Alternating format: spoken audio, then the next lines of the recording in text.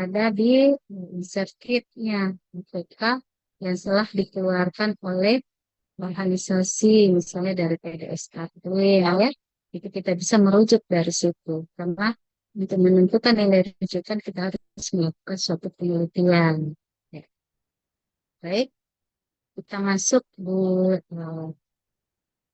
materi utamanya, ini klinik. Nah, sambil saya hanya memberikan info pengantar, tetapi adik-adik bisa melihat di modul ya, kan semua ada modul. Ini hanya pengantar yang saya berikan. Nah, untuk pemeriksaan kimia klinik, sampel yang kita pakai itu adalah serum. Serum ya. Beda dengan pemeriksaan hematologi darah. Yang kita pakai adalah whole blood. Kalau pemeriksaan hemat. Untuk pemeriksaan kimia, kita pakai dalam serum.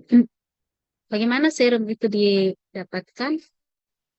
Serum kita peroleh dari hasil sentrifugasi darah lengkap. Jadi serum ini kita memakai sudah pakai sistem, kita sudah pakai vacuum tube atau vacuum cleaner. Kita untuk pemeriksaan kimia klinik kita ambil yang ikut merah ya. Jadi kalau sudah diambil darahnya melalui pemeriksaan apa, kita mengambil darah vena di vena mediana cavity, lalu kita putar sentrifuge, kita akan dapatkan serum. Serum. Serum itu kalau darah, saya ini ada gambar darah ya. Darah itu yang bagian atasnya itu adalah serum. Yang di bawah adalah hematokrit, ini merah ya. Lalu ada lapisan putih antara serum dengan hematokrit itu adalah backycode. Nah, backycode itu untuk memonitorisi leukosit dan trombosit. Tetapi untuk pemeriksaan kimia klinik yang kita ambil adalah serum yang bagian atas ya. Serum kalau kita tidak menambahkan antikoagulan. Tetapi misal kita tidak memakai tabung tabung apa nih, tabung tutup merah yang isinya kosong, kita bilang serum.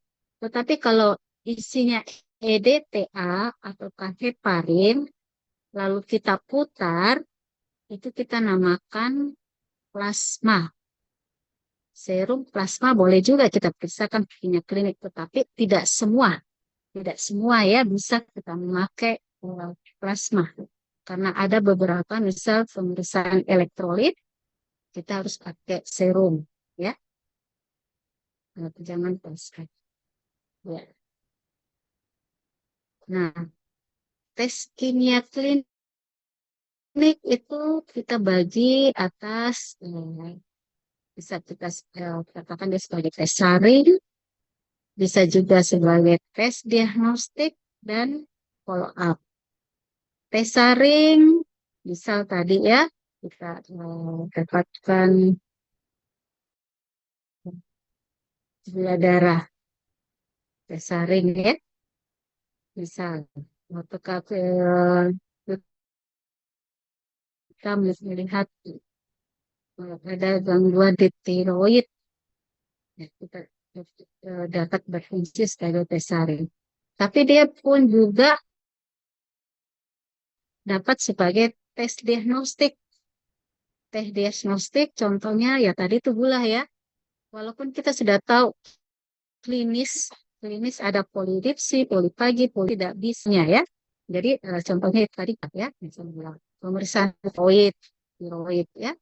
Walaupun kita sudah curiga ini ada gangguan di fungsi tiroidnya, harus kita periksa pemeriksaan kimianya ya. Atau ada sebagai follow up. Misal tadi coba juga tadi tiroid. gula darah ya. Dia bisa berfungsi sebagai follow up. Nah, dalam kimia klinik ada yang dianjurkan untuk berpuasa, ada yang tidak ya. Yang harus berpuasa, misal untuk pemeriksaan gula darah, kita harus puasakan dia 8 sampai 10 jam sebelum pemeriksaan. Kalau untuk pemeriksaan kolesterol itu 10 sampai 12 jam. Jadi misalnya ada pemeriksaan untuk pemeriksaan gula darah puasa dan pemeriksaan kolesterol, ya kita puasakan dia sampai 10 jam. Jangan hanya 8 jam ya, karena kolesterolnya tidak memenuhi kalau hanya sampai 8 jam. Jadi puasa setidaknya 10 jam. Nah, kenapa? Karena dianjurkan puasa karena sampel itu eh, dia di apa ya? Ada juga karena sampel itu dia dipengaruhi oleh makanan terakhir, ya. Nah, jadi sebaiknya kita mengambilnya di pagi hari karena kenapa? Ada yang kita kenal dengan adanya variasi diurnal. Jadi sebaiknya kita mengambilnya di pagi hari karena eh, kita menghindari adanya pengaruh variasi diurnal. Jadi biasanya ada kan pemeriksaan lab. Tadi saya periksa lab di lab A. Itu nilai rujukannya segini. Kenapa saya di lab B sore hari, periksanya sore, dia tanpa puasa lagi misalnya, wah, akan hasilnya kan akan berbeda. Ya, jadi sebaiknya pemeriksaan itu biasanya pagi hari. Kenapa? Karena pagi hari ini adalah konsentrasi yang paling tinggi. Konsentrasi. Ya. Nah, oh ya tadi saya sudah jelaskan yang termasuk tes saring, tes saring untuk DM. Nanti bisa lihat lagi di buku modul ya. Eh, saya hanya mengambil sari-sarinya. Tes saring untuk DM itu adalah TTGO. Nah, tes kimia klinik eh, kalau untuk menegakkan diagnosis itu biasanya dalam bentuk panel, panel tes ya, untuk penegakan diagnosisnya. Jadi eh, misal seperti tadi gula darah puasa kita sebaiknya ambil dengan gula darah 2 jam PT. Kalau kita mau periksakan tiroid selain T4 kita periksakan lain juga TSH-nya, begitu ya, misalnya. Jadi kita biasanya mengambil untuk penegakan itu dalam bentuk panel. Jarang dia berdiri sendiri. Apalagi untuk penanda tumor. Penanda tumor dia harus dipersandingkan dengan penanda lain. Ya, penanda tumor. Jadi dia dalam bentuk panel. Contoh tes diabetes mellitus, tes gula darah sewaktu tadi menunjukkan putus 140. Ini menurut ini ya, Tarkemi nanti bisa baca ya. Nanti bisa lihat juga eh, apa nih, di, di modul, di modulnya. Tes gula darah puasa itu 110 miligram per desiliter. Tes glukosa 2 jam PP atau 2 jam prandial. Ini tadi kalau puasa, puasa 8 sampai 10 ya. Kalau gula darah sewaktu tidak perlu puasa. Gula darah 2 jam postprandial ini setelah diambil gula darah puasanya, kita pasiennya disuruh makan. Lalu puasa 2 jam. Setelah makan 2 jam, baru kita ambil periksa. Kayak kita katakan 2 jam postprandial, 2 jam setelah puasa. Tes TTGO, tes toleransi glukosa oral. Ini sebagai tes saring untuk pemeriksaan diabetes. Kita sudah curiga. Nah, ini ada gangguan mungkin ya. Tetapi kurang jelas. Kita pakailah dulu TTGO. PTGO itu yang kita gunakan adalah glukosa anhidrous. Glukosa anhidrous beratnya 75 miligram. Itu biasanya glukosanya itu sudah diukur ya, sudah terukur. Jadi kalau kita mau periksa ke apotek, bilang aja glukosa anhidrous. Nah, glukosa itu dilarutkan, lalu kita minumkan. Setelah itu kita periksa gula darahnya, ya. Gula darah tes untuk glukosa oral. Nah, ada juga yang kita kenal dengan tes kendali glikemik, tes kendali glikemik atau tes HbA1c atau A1C. Ini tes kendali glikemik ini untuk melihat apakah pengobatannya ini ke pasien itu sudah baik. Karena ini dia bisa menggambarkan keadaan 3 bulan dalam waktu 3 bulan ya ke belakang kadar glukosa darahnya.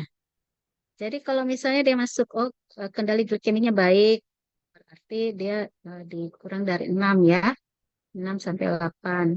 Kalau dia tuh kita harap kalau orang gula kita harapkan dia tes kendali glikemiknya itu ke 7 netra ya. Nah, tapi kalau dia tes kendali glikemiknya 9 atau 10 itu berarti buruk. Kita bisa kembali lihat apakah si pasien rutin minum obatnya. Kalau dia tidak rutin ya itu bisa tidak terkendali ya, kendali buruk namanya. Dia nggak masuk di eh, tetapi ataukah mungkin kita memberikan obat golongan obat gula yang tidak kurang sesuai untuk si pasien ya. Jadi bisa kita melihat oh ini mungkin kita tambahkan bahan lain misalnya ada metformin, ada Gliben, gitu.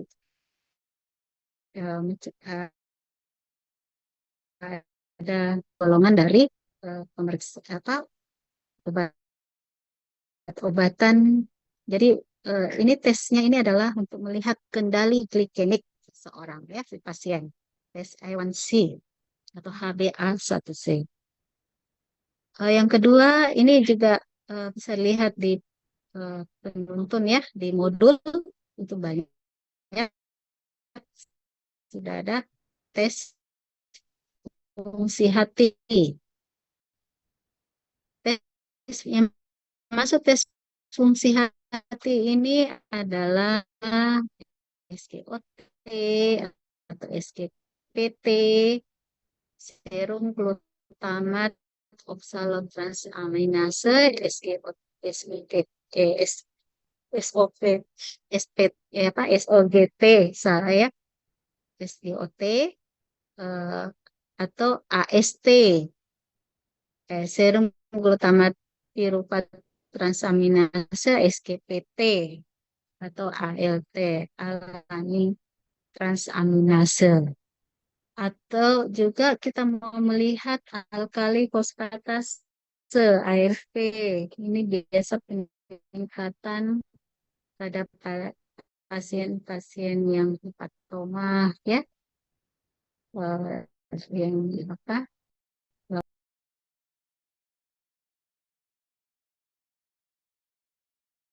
kenal dengan bilirubin total, bilirubin total ya.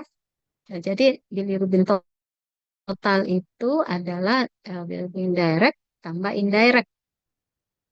Nah, bilirubin total nilainya 2 itu sudah memperlihatkan adanya ikrik, terus ya, ikrik. Kolin estrase ini juga enzim hati. Biasanya ini keluar pada pekerja-pekerja industri ya. Jadi biasa kalau yang pasien-pasien di Cina itu pabrik-pabrik, dia biasa meminta pemeriksaan yang tensi hatinya itu adalah kolesterol. Ya. Yang ketiga itu adalah tes fungsi ginjal. Tes fungsi ginjal kita kenal ada namanya ada ureum, kreatinin, asam urat. Ureum ada clearance kreatinin. Kenapa dikatakan bisa menjadi tes untuk fungsi ginjal? Karena ini semua difiltrasi di glomerulus dan diekskresikan di urin. Jadi ini dikeluarkan di urin. Jadi dia bisa kita apa? Bisa juga dia diekspresikan. Nah, kalau untuk ureum, untuk tes fungsi ginjal antara ureum dan kreatinin yang lebih menggambarkan fungsi ginjal adalah kreatinin, ya, bukan ureum, bukan juga asam urat. Kenapa? Karena kreatinin ini dia difiltrasi di glomerulus, lalu di tubulus tidak direabsorpsi, namun dia masih disekresi sebagian di tubulus, lalu diekspresikan di urin. Kalau ureum itu difiltrasi di glomerulus, namun dia masih direabsorpsi, jadi masih dikembalikan ke darah, masih dibutuhkan, ya, dan dikeluarkan di urin. Sama dengan asam urat, dia juga masih direabsorpsi. Nah, yang lebih menggambarkan itu adalah kreatinin. Kita kenal ada yang namanya clearance kreatinin, tes clearance kreatinin. Ini adalah tes laju filtrasi glomerulus, menggambarkan filtrasi dari glomerulus, ya. Sama halnya dengan sistatin C. Sistatin C itu juga menggambarkan laju filtrasi glomerulus. Jadi dua tes ini clearance dan sistatin. Tetapi sistatin C ini dia lebih mahal, ya, jadi masih jarang digunakan. Yang lebih sering untuk melihat clearance ginjal itu adalah clearance creatinine. Ini lebih mudah karena kita hanya mengambil eh, sampel parameter creatinine lalu kita masukkan dia di dalam rumus. Kita kenal dengan rumus persamaan Cockcroft-Gault, ya. Ini untuk clearance. Ya, yang keempat adalah tes enzim jantung. Tes enzim jantung kita kenal ada namanya CK atau creatinin kinase. Creatinin kinase untuk benional atau CKMB. Jadi CKMB ini ada tiga dia punya R, ya. Ada CKMB itu dia di jantung, ada CKBB brain, CKMB, CKBB, ya. Uh, Namun untuk yang sebagai enzim jantung yang lebih banyak dengan CKMB. Kita kenal juga ada laktat dehidrogenase atau LDH. Ini biasanya meningkat, ya, enzim jantung meningkat.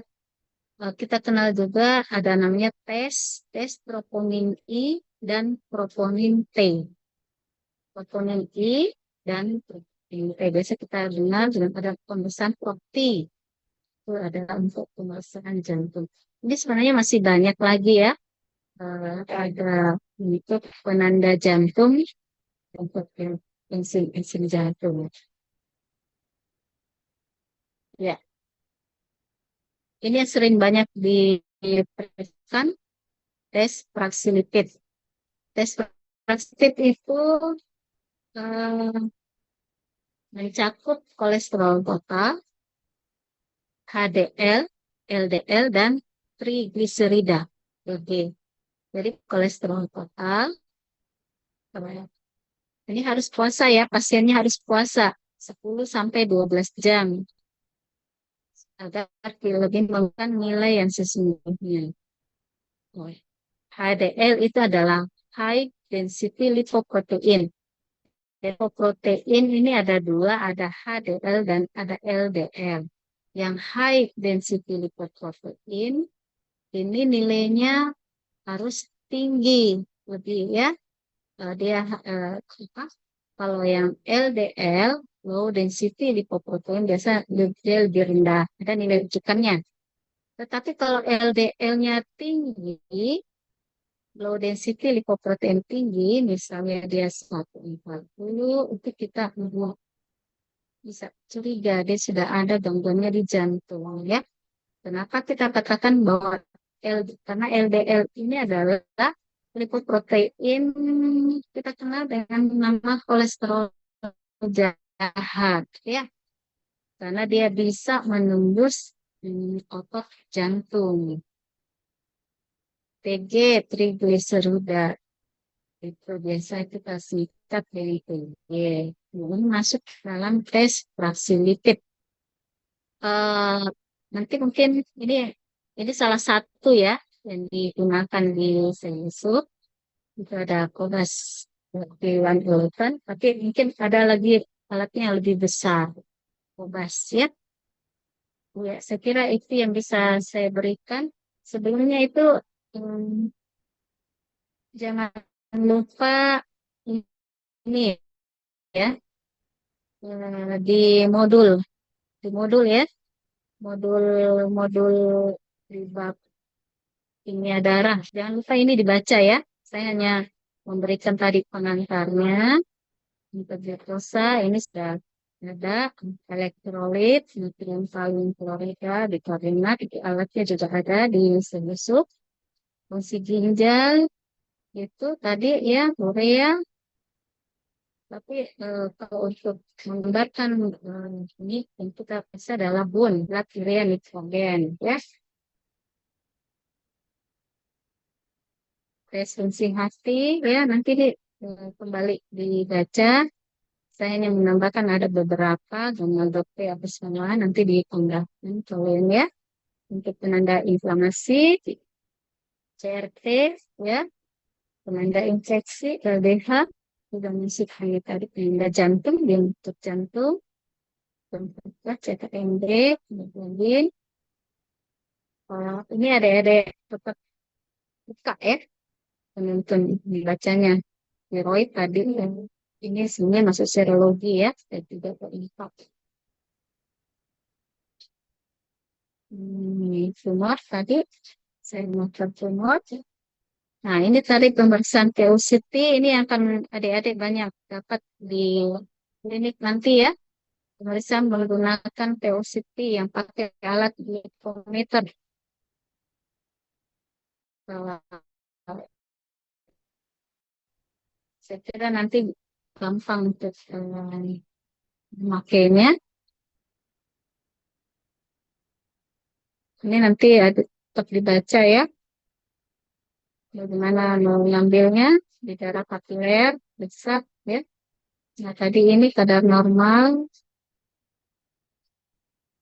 ya, darah puasa ya, 140 waktu. Ya, tapi menurut Perkeni, ini kalau dengan VOCT ya, kalau Perkeni dia mengambilnya 110 dan 140 ya, lebih lebih rendah. Jadi BTGO bagaimana BTGO-nya 70 ya, glukosa anhidros. Itu PTGO ya, glukosa Tapi dok, anhidros. mohon izin dok, belum terpindah share screen tak dok? Masih di pemeriksaan kimia klinik dok. Oh, sorry, sorry.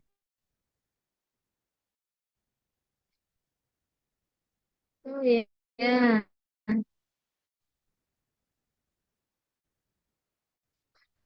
Ya ini, sorry, di bab berapa ya? Ini bab bab 4 ya. Itu pemeriksaan kimia darah. Itu di modul. Tetap aja dibaca ya.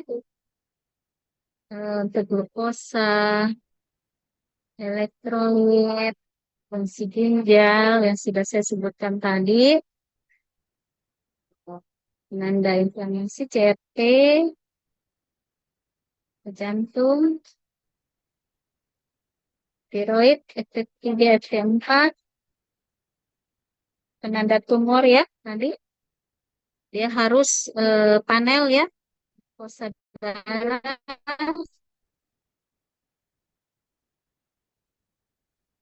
Nah, ini tadi yang velocity untuk ya, kalian pakai nanti melihat.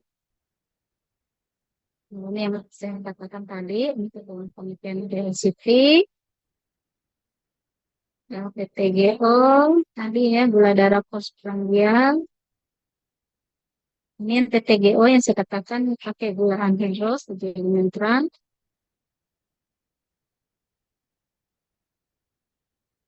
Ya, saya kira ini ya untuk lakinya klinik.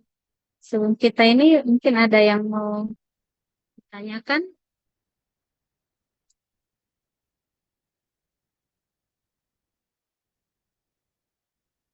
Ada yang mau ditanya? Kalau tidak ada, ya, saya sudahi ya. Jangan lupa